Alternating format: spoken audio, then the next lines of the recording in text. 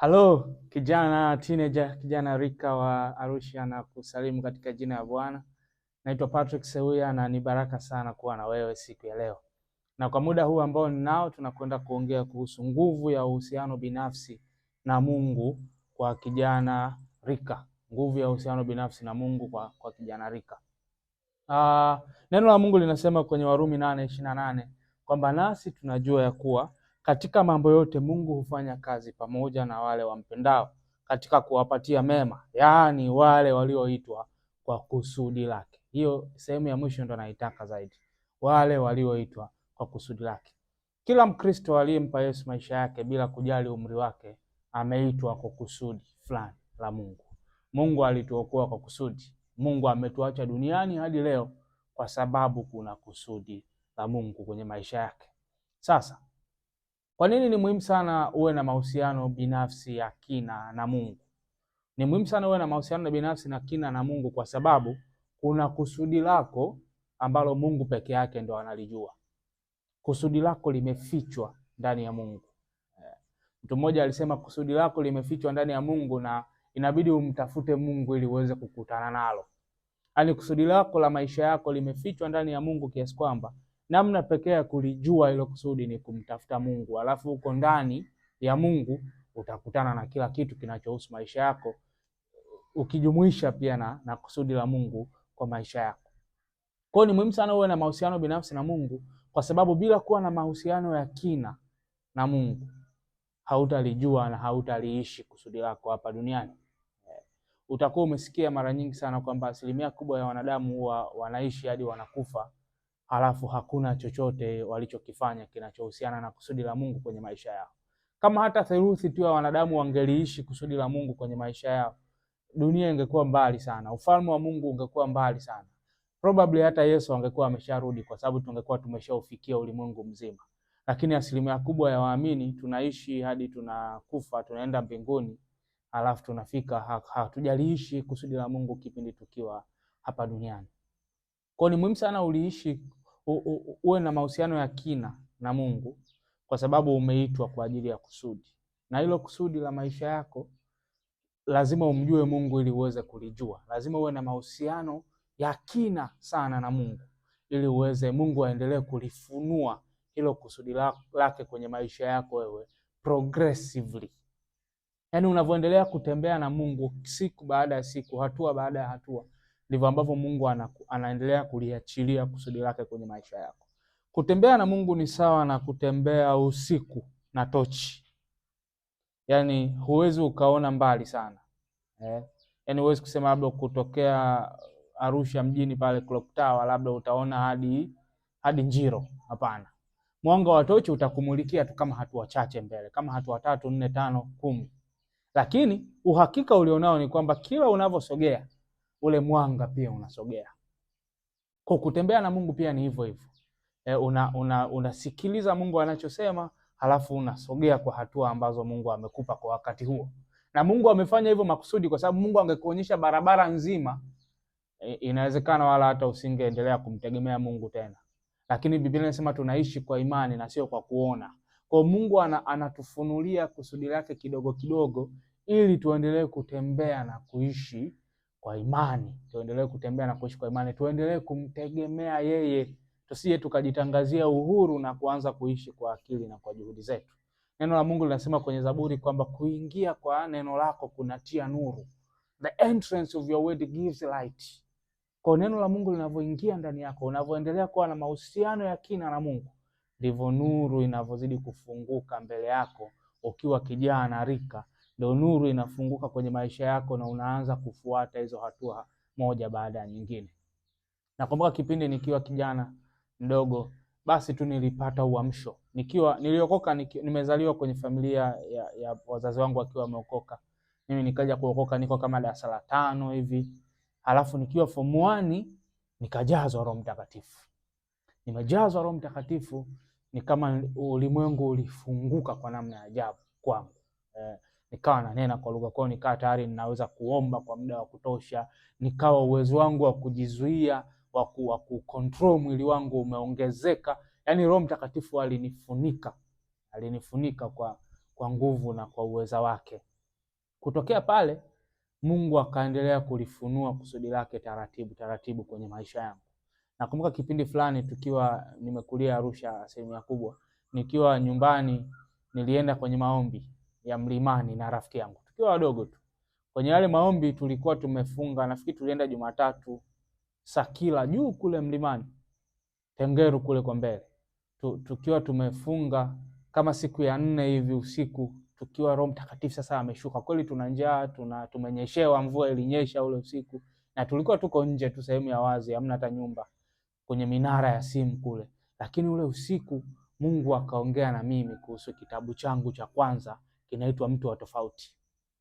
Mungu akaniambia kabisa kitakuaje na content zake zitakuaje, alafu nitakifanyaje, hadi uzinduzi utafanyikaje, yani kila kitu nilipata picha ya karibia kila kitu. Kwa hiyo nikakiandika kile kitabu na hicho kitabu ndio kilinitambulisha kama mwandishi. Ukirusha mbele miaka kama 10 baadaye, Mungu amenisaidia nimeandika vitabu zaidi kama 7 hivi ambavyo vimeshatoka na vingine ambavyo havijatoka bado. Lakini hilo wazo nililipata ndani ya nani? Ndani ya Mungu. Yaani kusudi la Mungu la maisha yangu, mojawapo ya vitu ambavyo Mungu alikuwa amekusudia nifanye ni kuandika, ni uandishi, ni kufundisha neno la Mungu, ni kuongea, to communicate. Sasa hivyo vyote vilikuwa vimefichwa ndani ya Mungu. Nilivyomtafuta Mungu kwa maombi na kufunga na neno na kujitenga kuweza kuisikia sauti ya Mungu, Mungu akanipa nuru kidogo ikaniangazia. Akanipa nuru ikanielekeza kwenye upande ambao anataka niende. Unajua kuna barabara ya maisha yako. Kuna kusudi la maisha yako tayari ambalo lipo. Ndani hilo kusudi kuna kila kitu unachokihitaji. Kuna upaji wa Mungu, kuna neema ya Mungu, kuna utoshelevu hata kwa ajili yako wewe mwenyewe. Yaani kuna vitu ambavyo ukifanya utatosheka. Utajisikia kwamba umetumika na umetosheka. Kila sehemu, every fiber of your being imekuwa engaged, imetumika. Sasa hilo sehemu pekee unaweza kupata hiyo sio kwenye taaluma peke yake, ni kwenye kusudi la Mungu. Yaani ukilijua kusudi la Mungu, vipawa vyako vitatumika, karama zako zitatumika, vipaji vyako vitatumika, elimu yako itatumika, kila kitu kuhusu wewe kitatumika. Kwa nini? Kwa sababu kusudi la Mungu ndio lina upana wa kutosha kuweza kuaccommodate kila kitu kinachokuhusu wewe na maisha yako. Sasa hilo kusudi la Mungu unalijuaje? Unalijua kwa kumtafuta Mungu. Kaa na Mungu. Biblia inasema kwenye Matendo ya Mitume sura ya 13 mstari wa 2. Biblia inasema hata walipokuwa wakimfanyia Mungu ibada na kufunga. Hao ni Paulo na Barnaba wakiwa wako Antiokia. Biblia inasema hata walipokuwa wakimfanyia Mungu ibada na kufunga, Roho Mtakatifu akasema, nitengeni Barnaba na Sauli kwa kazi ile niliyowaitia. Kwa kulikuwa kuna kazi ambayo Mungu alikuwa amewaita Barnaba pamoja na Sauli waweze kuifanya. Kusudi la Mungu kwa ajili ya Barnaba na Sauli ilikuwa ni waende huko kwa mataifa wakapeleke Injili, ili kupitia wao Injili ianze kwenda duniani. Ni kupitia Barnaba na Sauli Injili iliweza kwenda Asia yote, ikaenda Ulaya. Ukikutana na Paulo miaka mingi baadaye yuko pale, yuko na Lydia, yuko Filipi, yuko na Lydia, amepeleka Injili. Unakutana naye amesafiri, yuko Rumi, yuko kote. Hayo yote, hilo ndio lilikuwa kusudi la Mungu kwa ajili ya Paulo na Barnaba, waende kwa mataifa. Lakini halikutokea tu wakiwa wanakula chips mayai. Halikutokea tu wakiwa wamekaa wanaangalia mpira, wakiwa wanaangalia series.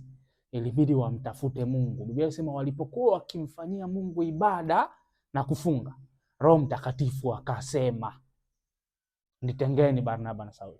Roho Mtakatifu akatoa clarity of purpose, akalifunua kusudi la Mungu kwa ajili ya Paulo na Barnaba. Kwa na wewe pia kuna kusudi la Mungu kwako. Na hilo kusudi la Mungu ili uweze kulijua, lazima utumie muda wa kutosha kumtafuta Mungu. Unahitaji kuwa na uhusiano binafsi na Mungu, kwa sababu bila hivyo utapoteza maisha yako hapa duniani. Your whole life will be just an experience. Yani itakuwa tu ni experiment. Maisha yako yatakuwa reduced into an experiment. Watu watakutumia kujaribisha ideas zao. Yani mtu ana wazo la kuanzisha biashara mahali fulani, anataka kuone kama ile wazo litafanya kazi au halitafanya. Alafu anakuona wewe tu umekaa tu nyumbani, hamna kitu cha maana unafanya. Umemaliza chuo, haujui kusudi la Mungu, haujui cha kufanya na maisha yako, au umemaliza form 4, umemaliza form 6, upo tu. anakuchukua anakuingiza kwenye wazo lake ambalo anabahatisha. Alafu unaenda unakaa pale miaka 5, anagundua kumbe ile wazo halitafanya kazi, kwa anakwambia bwana, ile wazo limekufa, tunaanza kitu kingine. Kwa usipokuwa unalijua kusudi la Mungu, watu watakutumia kwa sababu hauna unachofanya. Kwa kusudi la Mungu litakusaidia maisha yako hapa duniani yasiishie tu kuwa tu ni majaribio ya laboratory kwa ajili ya watu. Kwa unahitaji uhusiano binafsi na Mungu kwa sababu unahitaji kulijua na kuliishi kusudi la Mungu. Lakini kitu cha pili, unahitaji uhusiano binafsi na Mungu kama kijana kwa sababu Biblia inasema kwenye kitabu cha Zaburi 119 mstari wa 9 kwamba ni jinsi gani kijana ataisafisha njia yake, ni kwa kutii akilifuata neno lako. Yaani ujana, mtunga Zaburi anaongea kama vile ujana ni kama pori hivi fulani lenye miba, lenye majani, lenye miti ambalo sio rahisi kupita ndani yake.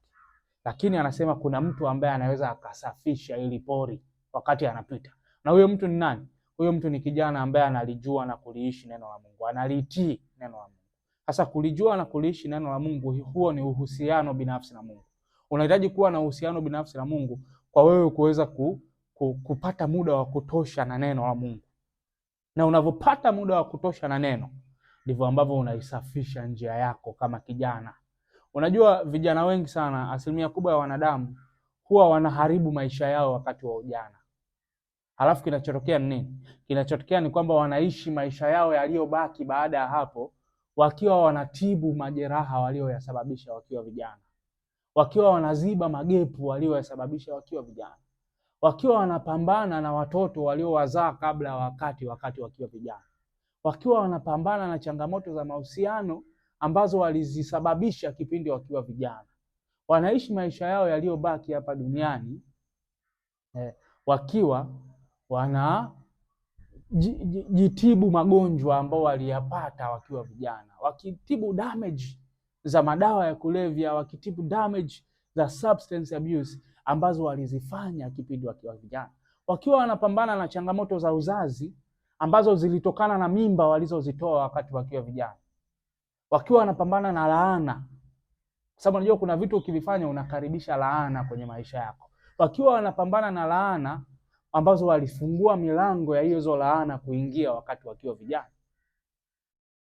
Lakini kuna vijana pia ambao wanaishi maisha yao yote hapa duniani wakiwa wanaogelea kwenye baraka ambazo walizisababisha wakiwa vijana, wakiwa wanaogelea kwenye mafanikio ya kiroho na kimwili na kitaaluma na kihuduma na kivipawa na karama ambazo walizipanda hizo mbegu wakiwa vijana. Mtu mmoja alisema, anaitwa ni martial artist, hawa watu wa professional wanaofanya michezo ya kupigana, mapigano. Alisema precision beats power and timing beats speed. Yaani ukiwa mtu unayejua wakati sahihi wa kufanya mambo, utamzidi mtu ambaye ana speed, mtu ambaye ana kasi tu lakini hajui wakati sahihi wa kufanya mambo. Timing is of essence kwenye maisha ya kijana. Sasa kwenye timing, wewe hapo sasa hivi kwa umri wako ulionao una advantage kubwa sana, kwa sababu ukianza mapema, kuna vitu ukivianza mapema maisha yako yaliyobaki yatakuwa mazuri sana, kwa sababu utakuwa umeshaweka msingi mapema. Utakuwa umeshaweka msingi mapema. Unajua inachukua muda mrefu sana kujenga mahusiano na Mungu. Yaani ni uwekezaji. Mahusiano na Mungu ni uwekezaji. It's an investment that we have to make. Kwa mfano mtu akianza kujenga mahusiano yake na Mungu akiwa na miaka 50, yaani huyo mtu tayari, of course Mungu ni wa neema na wa rehema, lakini tayari huyo mtu ameshapunguza muda wake wa kuwa na matunda kwenye ufalme wa Mungu. Lakini wewe sasa hivi kwa miaka yako 16, 20, 23, 24, wewe hapo ukianza sasa hivi kuwekeza kwenye neno la Mungu, ukaanza kuwekeza kwenye uhusiano wako na Mungu, wewe hapo utafanya mambo makubwa, kwa sababu bado una muda wa kutosha wa kuwa proactive hapa duniani. Na unajua Mungu mara zote asilimia kubwa alivyokuwa na ajenda ya kufanya hapa duniani, alitafuta vijana. Alivyokuwa anatafuta wafalme kwa ajili ya Israeli, kulikuwa kuna wazee wengi sana, lakini Mungu alienda kwa Sauli kwanza, alafu baadaye akaenda kwa mtoto Daudi. Kwa nini? Kwa sababu Mungu anapenda kuinvest kwa vijana. Mungu alivyotaka kuiokoa Israeli kipindi cha Esther, alienda kwa binti mdogo tu, akaenda kumtumia yeye kuleta wokovu kwa taifa kubwa la Israeli. Mungu alivyokuwa anataka kuleta mapinduzi ya kidunia kipindi cha Danieli.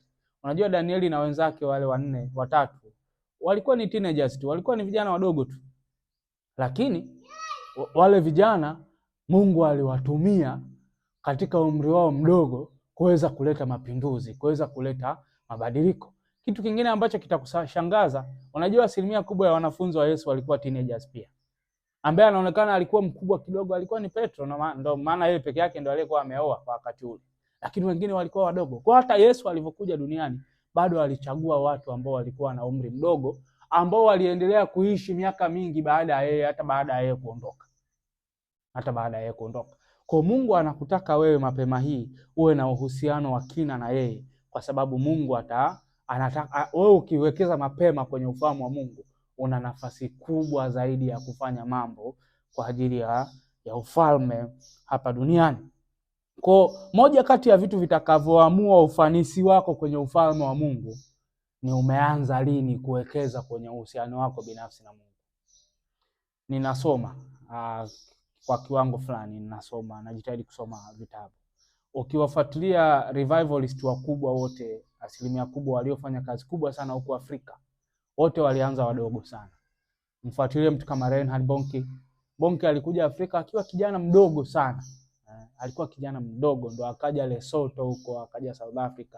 Baadaye Mungu akamuinua akiwa ameshafanya trial and errors za hapa na pale Asham. Unajua kusudi la Mungu lina mchakato wake. Na huu mchakato kuna kipindi unachukua miaka. Yaani tangu Yusufu ameota ndoto hadi anakuja kuwa waziri mkuu wa Misri, ilikuwa ni ilipita miaka mingi. Miaka 13 ilipita tangu ndoto hadi utimilifu wake. Sasa fikiria kama Yusufu angeota ndoto akiwa na miaka 70.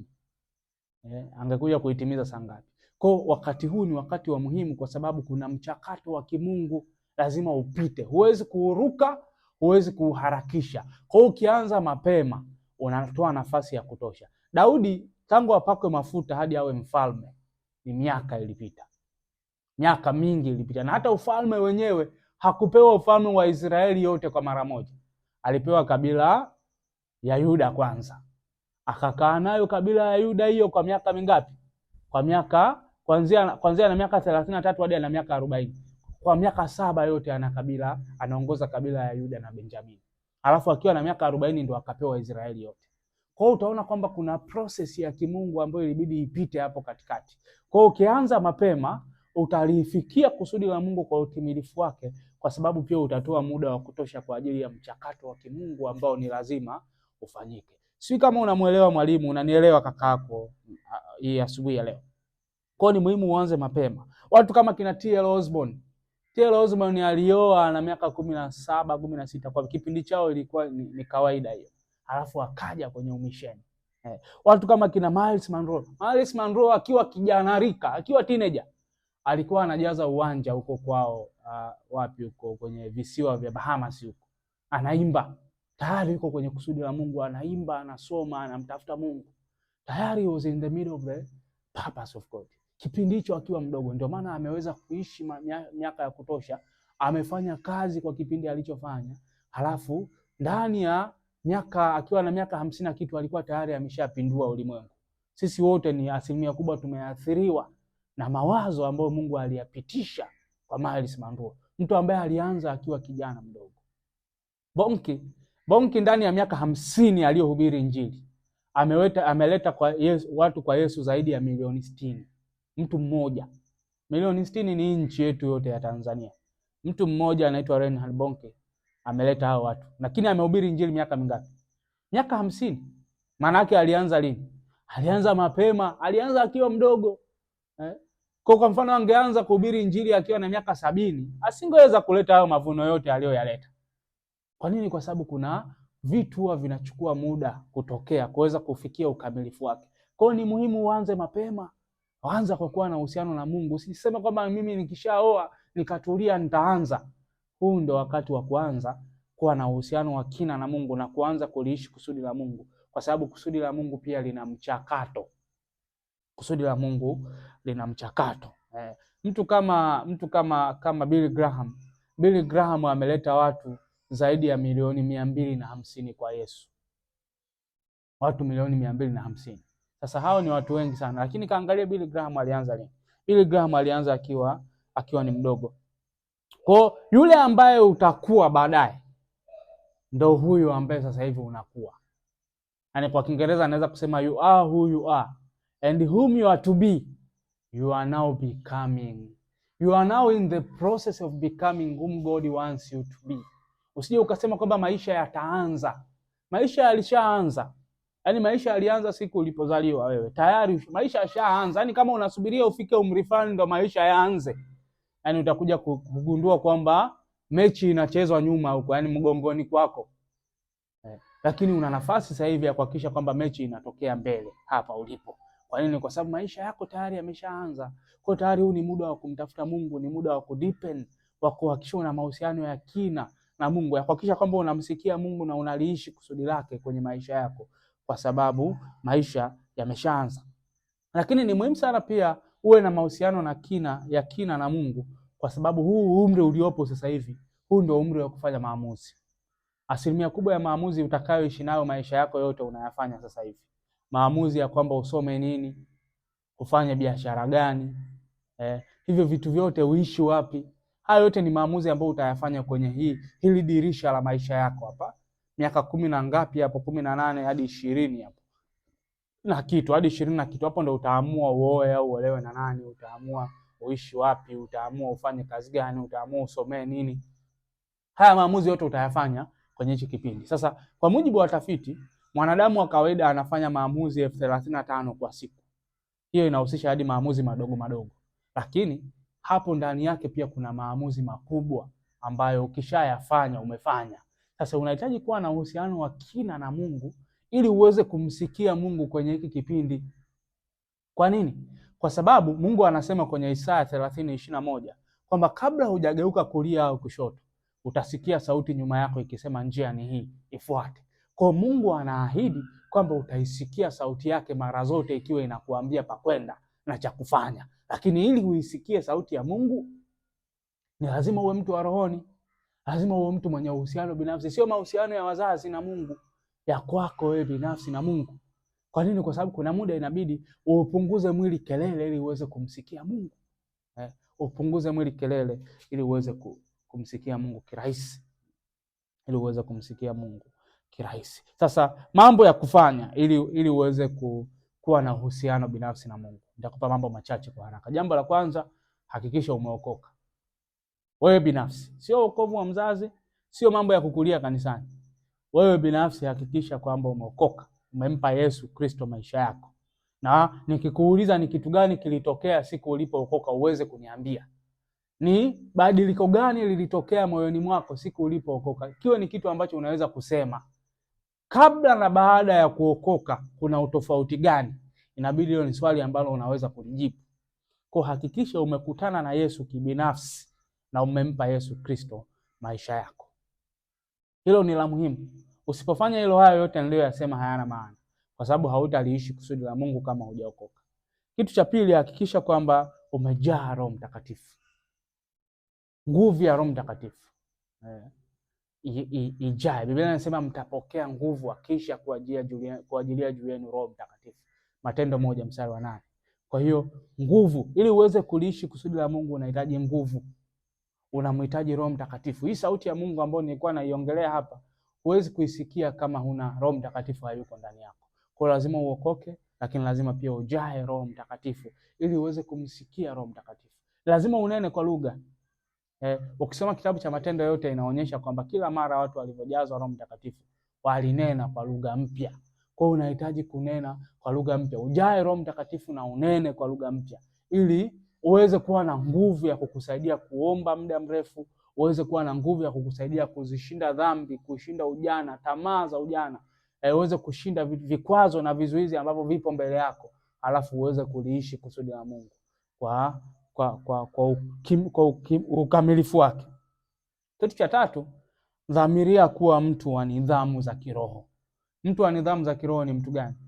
Ni mtu wa nidhamu za kiroho ni kuomba, ni kusoma na kutafakari neno la Mungu, ni kuhudhuria ibada na program kama hizi. Nidhamu za kiroho inajumuisha kuwaambia watu wengine habari za Yesu na kufunga. Hizo ni nidhamu za kiroho. Sasa hivyo vitu inabidi uvifanye sasa hivi. Yaani kwa umri wako ulionao unatakiwa uwe mtu wa mifungo sana.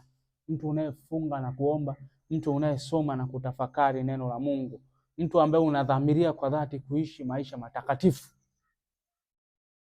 Kuishi maisha yanayompendeza Mungu.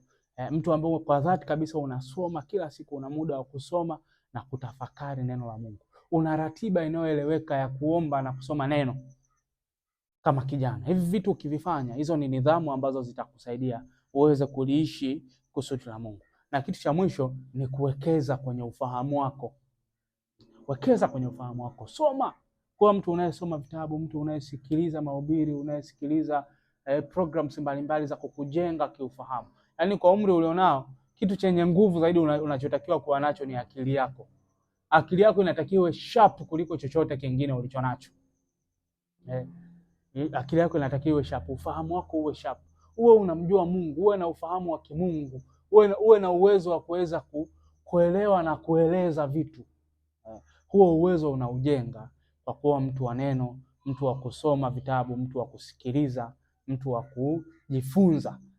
Naamini kwamba ukiviishi hivi vyote vitakuwezesha kuweza kuwa na mahusiano ya kina zaidi na Mungu. Na ukishakuwa na mahusiano ya kina na Mungu, utafanya vizuri.